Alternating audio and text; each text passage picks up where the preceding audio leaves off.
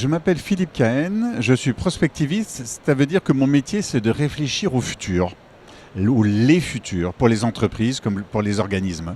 La Silver Economy, en fait, c'est un constat de fait. Il n'y a pas de création de la Silver Economy puisque c'est simplement le fait du vieillissement de la population qui crée un marché et qui est un marché parce qu'on a une population qui vieillit de plus en plus, en particulier depuis 1945.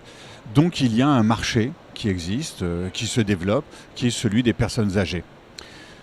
Nuance peut-être à apporter, il y a les seniors, il y a les cadors et il y a les mentors.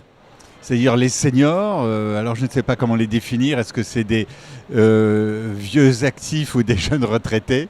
Il y a des majors, c'est grosso modo jusqu'à 85 ans. Pas des majors, pardon, il y a des cadors, grosso modo jusqu'à 85 ans.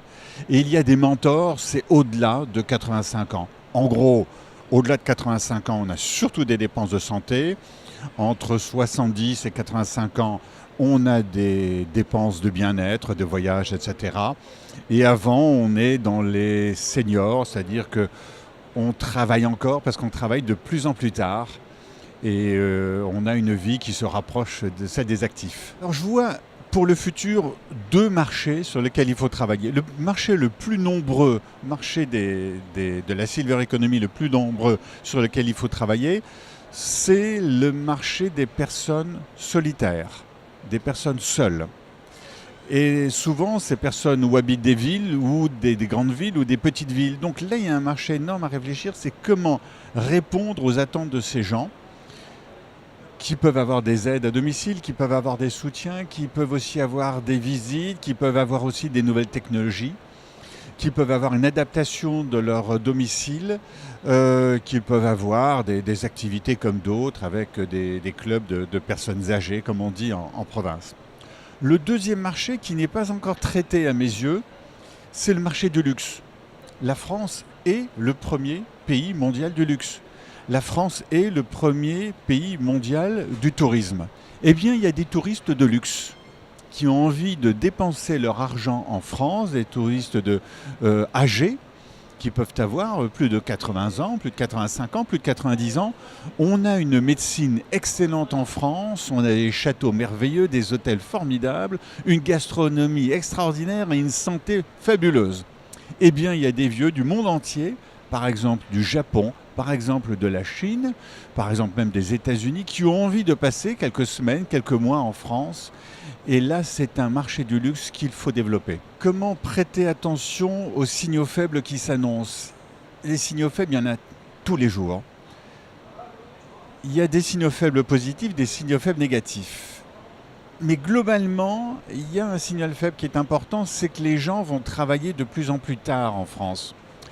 Il faut, il faut avoir les moyens de partir à la retraite. Les gens qui vont partir à la retraite dans les années qui viennent sont des gens qui n'ont pas eu des plans de carrière complets. Pour les hommes, du chômage, et comme pour les femmes, des plans de carrière non complets parce qu'ils n'ont pas tout le temps travaillé. Et le travail des femmes a commencé surtout à partir des années 70, 80. Donc il y en a des générations qui n'ont pas des rémunérations complètes. Et là, il faut avoir les moyens de partir à la retraite.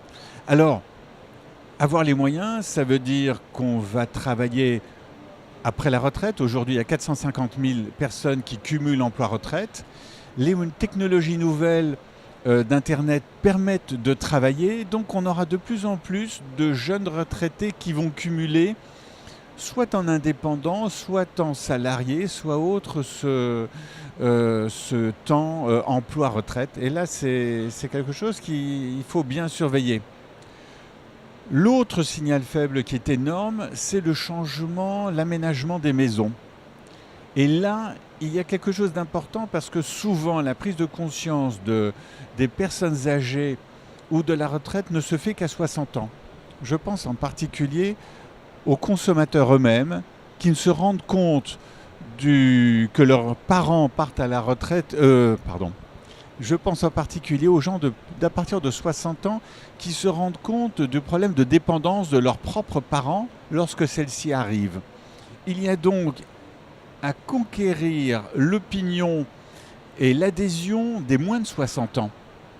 Et ça, c'est un marché formidable à développer. Comment les moins de 60 ans peuvent avoir conscience des éventuels problèmes de dépendance de leurs propres parents et avoir conscience de l'aménagement de leur propre domicile avant 60 ans. Et là, c'est un autre marché considérable à développer.